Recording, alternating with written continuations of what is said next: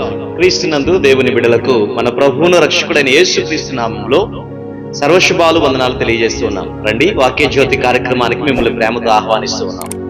దేవుడు ఈ కార్యక్రమం ద్వారా మిమ్మలను ఆయన వాక్యం చేత దర్శిస్తున్నప్పుడు మీరు మార్పు చెందాలని మేము బలంగా ప్రార్థన చేస్తూ ఉన్నాం.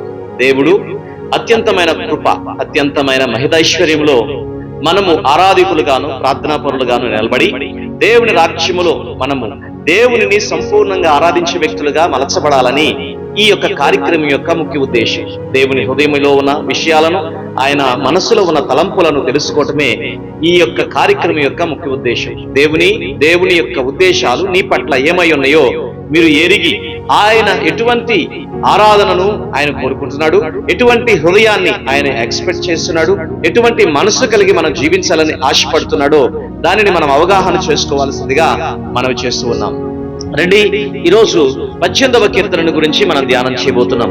ఈ 18వ కీర్తనల ద్వారా మనం నేర్చుకోవలసిన పాఠాలు. 18వ కీర్తనను 3 భాగాలుగా చేస్తూ మనం ధ్యానం చేయబోతున్నాం. 18వ కీర్తనలో 1 నుండి 6 వచనాలలో శక్తివంతమైన స్తుతి, 7 నుండి 24వ వచనం వరకు ఉన్న భాగంలో శక్తిశాలి రక్షణ, 25 నుండి 50 వచనం వరకు ఉన్న ఆ సగభాగాన్ని శాశ్వతమైన సహాయం. కాబట్టి ఇక్కడ మనం ఈ కీర్తన ఎందుకు రాస్తున్నాడు, ఈ 3 భాగాలను మనం ఎలా ధ్యానం చేయాలో నేను మీకు జ్ఞాపకం చేస్తాను. ఈ కీర్తన మనందరికీ తెలిసిందే. ఆంధ్ర క్రైస్తవ కీర్తనలో యెహోవా నా బలమా అనే ఒక గొప్ప పాట అక్కడ మనకు కనిపిస్తుంది. యథార్థమైనది నీ నామము అని చెప్పేసి కీర్తనాకారుడు చాలా అద్భుతమైన పాటను దావీదు భక్తుడు రాసిన ఈ కీర్తనలో నుండి అద్భుతమైన పాట కూడా రాశాడు. దేవునికి స్తోత్రం. మంచిది. ఇప్పుడు ఈ కీర్తన యొక్క ముఖ్య ఉద్దేశం ఏంటి అనంటే, ఇదిగో తరమబడుతున్న దావీదు, ఇదిగో శత్రువుల చేతిలో నుండి, సౌలు చేతిలో నుండి ఒక పక్కన బయట పోరాటం, మరొక పక్కన అంతరంగంలో పోరాటం. దేవుడు నన్ను అభిషేకించాడా, దేవుడు నన్ను పిలుచుకున్నాడా, దేవుడు నన్ను వాడుకుంటాడా, దేవుడు నాకు సింహాసనం ఇస్తాడా, నేను దేవుని హృదయానుసారుడినేనా అనే ఒక భయంకరమైన ఒంటరితనములో ఆయన ఈ కీర్తనను పాడుకుంటున్నాడు. ఈ కీర్తనను ఇదిగో దేవుని సన్నిధిలో ఆరాధన గీతంగా మలుచుకుంటున్నాడు, రక్షణ గీతంగా మలుచుకుంటున్నాడు. కాబట్టి ఈ గీతాన్ని మనం ఏమని చెప్పు, సాల్వేషన్, ఇది రక్షణా గీతం అని మనం చెప్పొచ్చు. రెండవది స్తుతి గీతం, దేవుడు మనల్ని రక్షించాడు అని చెప్పేసి నమ్మి దేవుణ్ణి స్తుతిస్తున్నట్లుగా మనం కనబడుతుంది. కాబట్టి ఇక్కడ మనం అర్థం చేసుకునేది ఏంటంటే, తనను రక్షించిన దేవుని శక్తిని బట్టి, ఆయన నీతిని బట్టి, ఆయన దయను బట్టి, ఆయన బలాన్ని బట్టి దేవుణ్ణి ఆశ్రయంగా చేసుకున్న దావీదు దేవుని స్తుతిస్తూ ఉన్నాడు. దావీదు దేవుని పట్ల ఉన్న లోతైన విశ్వాసాన్ని ఇక్కడ మనం కనుగొనవచ్చు. దేవుణ్ణి ఆశ్రయంగా చేసుకున్నాడు. దేవుడే తనకు రక్షకుడుగా, దేవుడే తనకు కోటగా, దేవుడే తనకు కొండగా, దేవుడే ఆయనను నడిపించే ఒక నాయకుడుగా, మాదిరికరమైన యజమానుడిగా పెట్టుకొని దేవుని సన్నిధిలో ప్రార్థన చేస్తూ ఉన్న దావీదుని ఈ కీర్తనలో మనం కనుగొంటాం. చూద్దాం రండి. మొట్టమొదటి నుండి 6 వచనాలలో ఉన్నదేంటి అనంటే శక్తివంతమైన స్తుతి. శక్తివంతమైన స్తుతి చూడండి. ఇక్కడ మనం చూస్తున్నప్పుడు యెహోవా నా బలమా, యెహోవా నా శైలమా, యెహోవా నా కేడెమా, యెహోవా నా రక్షణ శృంగమా, నా ఉన్నత దుర్గమా, నేను నిన్ను ప్రేమించుచున్నాను, నన్ను నీవు రక్షించువాడవు నీవే. కీర్తనీయుడైన యెహోవాకు నేను మొరపెట్టుచున్నాను, నా శత్రువుల చేతిలో నుండి ఆయన నన్ను రక్షించును, మరణపు పాశముల నుండి మరణం పాశములు నన్ను చుట్టుకొనినగను, భక్తిహీనులు వరద వలె పొర్లి నా మీద పడి బెదిరింపగను, ఇదిగో పాతాళపు పాశములు నన్ను అరికట్టగను, మరణపు ఉరులు నన్ను ఆవరింపగను, నా శ్రమలో నేను యెహోవాకు మొరపెట్టుకుని నా దేవునికి ప్రార్థన చేసి తిని. చూసారా, దేవుని సన్నిధిలో ప్రార్థన చేసినప్పుడంట ఆయన తన ఆలయములో నా మొరను ఆలకించి నా ప్రార్థనను అంగీకరించి నా ప్రార్థనలకు చెవియొగ్గాడు. చూడండి, దేవుని యొక్క ఉద్దేశాలు ఎంత ఉన్నతంగా ఉన్నాయో, దేవుని యొక్క ప్రణాళికలు ఎంత గొప్పగా ఉన్నాయని దావీదు విశ్వాసం ఉంచుతున్నాడు. తెలుసా, దావీదు దేవుణ్ణి హత్తుకుంటున్నాడు, దావీదు దేవుణ్ణి ఆరాధిస్తున్నాడు. అందుకనే దావీదు దేవుని హృదయానుసారుడని చెప్పబడ్డాడు. దావీదు దేవుని చిత్తాన్ని నెరవేర్చడానికి ఎన్నిక చేయబడిన ఒక అపురూపమైన అమూల్యమైన సాధనంగా ఉన్నాడని నేను మీకు జ్ఞాపకం చేస్తూ ఉన్నాను. దయచేసి దేవుడు ఒక మనిషిని జ్ఞాపకం చేసుకోవాలంటే అతడు దేవుణ్ణి ఆరాధించాలనేది మనం నేర్చుకోవాలి, దేవుణ్ణి స్తుతించాలి. అందుకనే ప్రతి సమయంలోనూ, ప్రతి స్థలములోనూ, ప్రతి విధమైనటువంటి విజ్ఞాపనలు మాత్రమే మనం చేసేవారుగా కాకుండా ఎల్లప్పుడూ స్తుతి యాగం చేసేవారుగా ఉండాలి. ఎల్లప్పుడూ దేవుడిని స్తుతించేవారుగా, కొనియాడేవారుగా, గణపరిచేవారిగా మనం ఉండాలి. మన నోట ఎప్పుడు స్తుతి గీతం ఉండాలి. అందుకనే కీర్తనకారుడు అంటాడు, నేను ఎల్లప్పుడూ యెహోవాను గురించి ఇదిగో స్తుతి గీతం పాడేదను, సన్నతించేదను, ఆయన ఆరాధించేదను అనేది ఈ కీర్తనకారుడు తన హృదయంలో ఉన్న విషయాలను మనం జ్ఞాపకం చేసుకుంటున్నాడు. మనం కూడా దేవుణ్ణి ఆరాధించే వ్యక్తులుగా, దేవుణ్ణి స్తుతించే వ్యక్తులుగా, దేవుణ్ణి సేవించే వ్యక్తులుగా ఉండాలి. దేవుని బిడ్డలారా, యోసేపు ఇదిగో యథార్థతను కలిగి దేవుణ్ణి ఆరాధించాడు కదా. అందుకనే ఐగుప్తు దేశములో నుండి అతడు బానిసగా వెళ్ళినప్పటికీ ఆ ఐగుప్తు దేశములో అతడు బానిసగా చనిపోలేదు, అతడు ఒక ఉన్నతమైన రాజుగా చనిపోయాడు. కారణం ఏంటి తెలుసా? అతడు దేవుణ్ణి ఆరాధించేవాడు, దేవుని చిత్తాన్ని ఎరిగినవాడు, దేవుణ్ణి ప్రేమించేవాడు, దేవుని యథార్థమైన ఆజ్ఞలను అనుసరించి నడిచే వ్యక్తి. అందుకనే ఈ యోసేపుని దేవుడు దీవించాడు, గణపరిచాడు. దేవుని బిడ్డలారా, అట్లాగే మోషే మరి ఐగుప్తు దేశం నుండి బయటికి రావడానికి ఫరో చేతుల నుండి ఎలా విడిపించాడు మనందరికీ తెలుసు, ఎలా రక్షించాడు మనందరికీ తెలుసు. ఆయన బాహుబలం ఏ విధంగా పనిచేస్తుందో మనందరికీ తెలుసు. ఆయన బలము ఎర్ర సముద్రం ఎలా చీల్చిందో. దేవుని బిడ్డలారా, ఆ రోజుల్లో ఉన్న భయంకరమైన ఆ చక్రవర్తి రాజు ఎవరైనా ఉన్నారు అంటే ఫరో. ప్రపంచాన్ని శాసించగలిగిన ఒక శక్తివంతమైన రాజ్యం ఏదైనా ఉందంటే ఐగుప్తు. అలాంటి ఐగుప్తు దేశాన్ని, ఆ ఐగుప్తు చేతుల్లో నుండి ప్రజలను బయటికి తీసుకురావాలంటే సామాన్యమైన విషయం కాదు. అది దేవుని శక్తి చేతనే, దేవుని బలము చేతనే, దేవుడే ఆశ్రయంగా ఉండి నడిపించడం చేతనే జరుగుతుందని చెప్పేసి మోషే ఎరిగి ఆ మోషే దేవుణ్ణి స్తుతిస్తూ ఎర్ర సముద్రం పాయలు చేసినప్పుడు కూడా ఇదే పాట రాస్తాడు. ఎందుకంటే నీ వంటి వాడు వేల్పులలో ఎవరున్నారయ్యా, నీలాంటి వాడు ఎవరున్నారు? అందుకనే శక్తిశాలి యొక్క రక్షణ 2వ భాగం 7 నుండి 24వ వచనం వరకు ఉన్న ఈ భాగంలో శక్తిశాలి యొక్క రక్షణ. ఆయన ఎంత శక్తిమంతుడు, ఎంత బలవంతుడు అనేది ఇక్కడ మనకు కనిపిస్తుంది. చూడండి, అప్పుడు భూమి కంపించెను, అదిరెను, పర్వతములు పునాదులు. ఎప్పుడు దేవుడు కదిలితే, దేవుడు తన చర్యలు తీసుకుంటే, దేవుడు ఇదిగో నేనున్నాను పదండి అని చెప్పేసి ఎప్పుడైతే ఆయన వాగ్దానం చేస్తాడో అప్పుడు ఆయన కదిలినప్పుడు ఏమవుతుందో తెలుసా? ఆయన నోట అగ్ని రహిస్తుంది, నిప్పు కణికలు రాజబెడతాయి, మేఘములను వంచి ఆయన వాహనాలుగా చేసుకుంటాడు. ఆయన పాదముల కింద గాఢాంధకారం ఉంది, కెరూబుల మధ్య నివసించేవాడు, కెరూబుల రెక్కల మీద ఆయన ఆశ్రయుడయ్యేవాడు. కూడా అంధకారము ఆయన చుట్టూ వ్యాపించినప్పటికీ, జలములు, ఆకాశ మేఘములు మాటున ఆయన నడిచే దేవుడు. ఆయన సన్నిధి కాంతి మన మీద ప్రకాశింపజేసేది. ఎవరు ఆయనకి ఎదురు నిలబడలేడు. సర్వోన్నతుడు ఆయన ఇదిగో వడగండ్లను, మండుచున్న నిప్పులను రాజు చేస్తాడటండి. ఇదిగో ఆయన తన ప్రాణమును ప్రయోగించగా శత్రువులు చెదిరిపోతారు. ఆయన నాసికా రంధ్రములను ఊపిరి ఒడిగా విడిపించును. దేవుని బిడ్డలారా, ఆయన ఎంత బలవంతుడో తెలుసా? 17-18 వచనాలను మీరు జ్ఞాపకం చేసుకోండి. బలవంతుడగు పగవారు నన్ను ద్వేషించువారు నాకంటే బలిష్ఠులై ఉండగా వారి వశము నుండి ఆయన నన్ను రక్షించెను. ఆపత్కాలమందు వారు నా మీదకి రాగా యెహోవా నన్ను ఆదుకొనెను. విశాలమైన స్థలమునకు ఆయన నన్ను తోడుకొని వచ్చెను.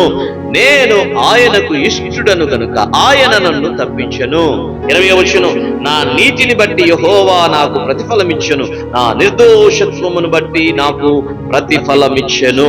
దేవునికి మహిమ కలుగును గాక. యెహోవా మార్గములన్నిటిలో మనకి ప్రతిఫలాన్ని ఎలా ఇస్తాడు? దేవుడు జవాబు ఎలా ఇస్తాడు? దేవుడు ఎప్పుడు తప్పిస్తాడు? బలిష్ఠుల చేతిలో నుండి ఇదిగో రక్షించే దేవుడు ఆయన విడిపించే దేవుడు. ఐగుప్తు సామ్రాజ్యంలో నుండి విడిపించలేదా? బబులోను బానిసత్వంలో నుండి విడిపించలేదా? పాపం అనే కట్ల నుండి విడిపించలేదా? లోకం అనే కట్ల నుండి విడిపించలేదా? పాపము నుండి ఎవడు తీయగలడు? మనల్ని పాపం నుండి తీయగలిగిన ఒకే ఒక బలిష్ఠుడు ఎవరు అనంటే యేసుక్రీస్తు ప్రభు. అందుకనే ప్రకటన గ్రంథం 5వ అధ్యాయంలో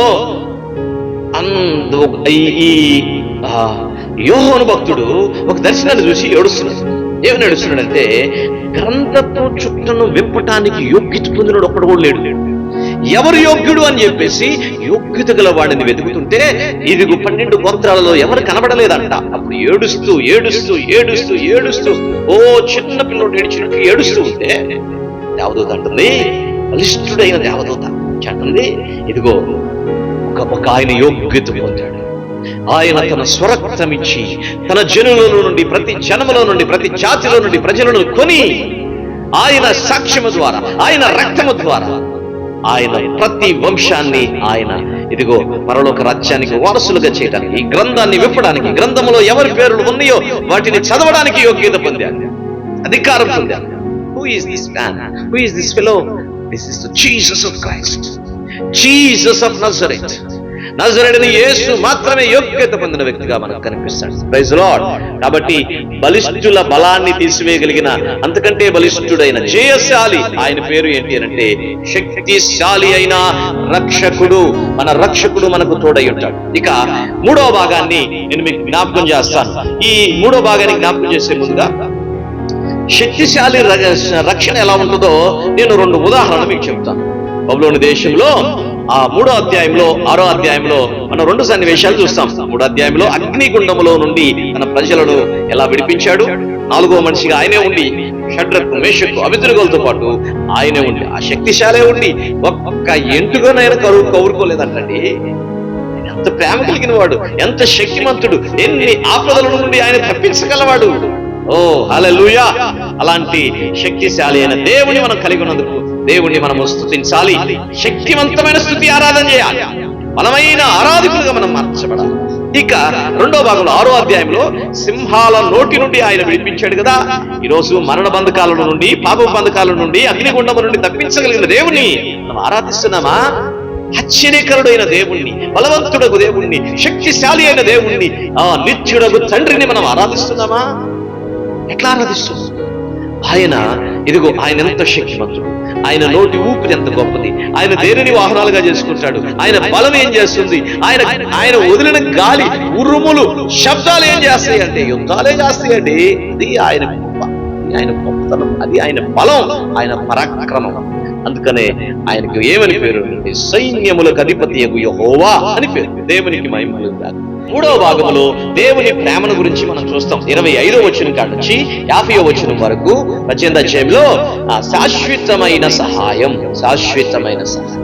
మనందరికీ ఈ అధ్యాయంలో మనం చూస్తున్నప్పుడు శాశ్వతమైన సహాయం ఎవరికి వస్తుంది? దేవుడు యథార్థవంతుడు, యథార్థ హృదయుల ఎడల ఆయన దయ చూపిస్తాడు. యథార్థ హృదయుల ఎడల ఆయన యథార్థవంతుడిగా ఉంటాడు. సద్భావము గల వారి ఎడల ఆయన సద్భావముతో నడుస్తాడు. ఆ మూర్ఖుల ఎడల ఆయన వెగటం చూపిస్తాడు. శ్రమపడు వారిని ఆయన రక్షిస్తాడు. గర్విష్ఠులకు విరోధి అయి వారిని అణిచివేస్తాడు. అందుకని అంటాడు, నా దీపమును వెలిగించు వాడవు నీవే, నా దేవుడైన యెహోవా చీకటిని నాకు వెలుగుగా చేసి ఉన్నాడు. నా సహాయం, నా సైన్యములకు అధిపతి ఆయన, నా సహాయం. దేవుడు యథార్థవంతుడు, ఆయన ఆశ్రయదుర్గమై ఉన్నాడు. యథార్థ మార్గమున ఆయన నన్ను నడిపిస్తాడు. నా కాళ్లను లేడి కాళ్ల వలె ఆయన చేస్తాడు. నా చేతులకు యుద్ధమును నేర్పుతాడు. ఎత్తైన స్థలములో ఆయన నన్ను నిలబెడతాడు. నువ్వు ఆరాధిస్తే, నిజంగా నువ్వు దేవుని స్తుతించగలిగే వ్యక్తిగా నువ్వు మార్చబడితే, దేవుని యందు విశ్వాసం, నమ్మకత్వాన్ని కలిగిన వ్యక్తిగా, యథార్థవంతుడుగా నువ్వు మార్చబడితే, దేవుడు నిన్ను నడిపిస్తాడు. ఎలా నడిపిస్తాడు అంటే నీ కాళ్లను బలపరుస్తాడు, నీ హృదయాన్ని బలపరుస్తాడు, నీ ఆలోచనలు బలపరుస్తాడు, నీ లోపల నరాలకు శక్తిని అందిస్తాడు. ఆయన నీ కాళ్లను ఆయన లేడి కాళ్ళగా చేసి ఎత్తైన స్థలముల యొద్ద ఆయన నిన్ను నడిపిస్తాడు. నీ వేళ్లకు, నీ చేతుల కంట యుద్ధాన్ని నేర్పిస్తాడు. దేవునికే మహిమ కలుగును గాక. నువ్వు కుడి చేయబట్టుకొని నిన్ను ఆదరిస్తాడు. నీ సాత్వికము నన్ను గొప్ప చేశాను, నా పాదములు చోటు విశాలపరిచితివి. చూడండి, ఇంకా మనం చూస్తూ ఉన్నప్పుడు అందుకని అంటాడు, నా ఆశ్రయదుర్గమైన దేవా నీకే స్తోత్రం, నువ్వే స్తోత్రార్హుడివి, నా రక్షణ కర్తవైన దేవా నీకే స్తోత్రం. ఏమండి, ఎంతగా దేవుణ్ణి స్తుతిస్తున్నాడు. చివరి వచనాన్ని చదువుతాను. చివరి వచనం, చివరి 3 వచనాలు. ఆయన నా శత్రువుల చేతిలో నుండి నన్ను విడిపించును, నా మీదకి లేచి వారి కంటే ఎత్తుగా నీవు నన్ను హెచ్చించెదవు, బలాత్కారము చేయు మనుషుల చేతిలో నుండి నీవు నన్ను విడిపించెదవు. ఆయన వలన యెహోవా, అందువలన యెహోవా అన్యజనులలో నేను నిన్ను గణపరిచెదను, నీ నామ కీర్తన గానము చేసేదను.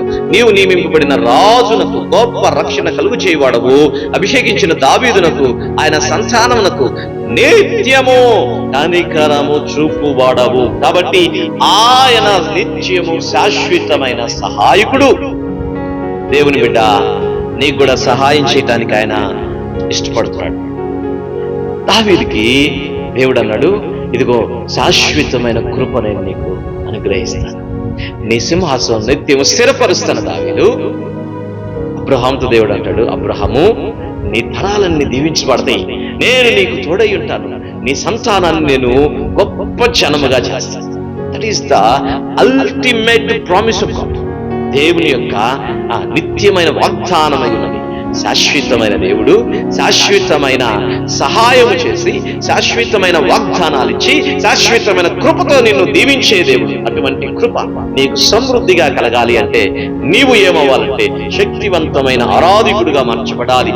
శక్తివంతుడైన శక్తిశాలి అయిన యేసుక్రీస్తు రక్షణల గురించి నువ్వు తెలుసుకొని నీవు కూడా ప్రకటించి కొనియాడే వ్యక్తిగా మార్చబడాలి. శాశ్వతమైన సహాయము కృప నీకు తోడయుండి నడిపిస్తుంది. దేవుని కృప నిన్ను బలపరిచి స్థిరపరిచి నడిపించును గాక. ఆమేన్. God bless you. దేవుడు మిమ్మల్ని దీవించును గాక.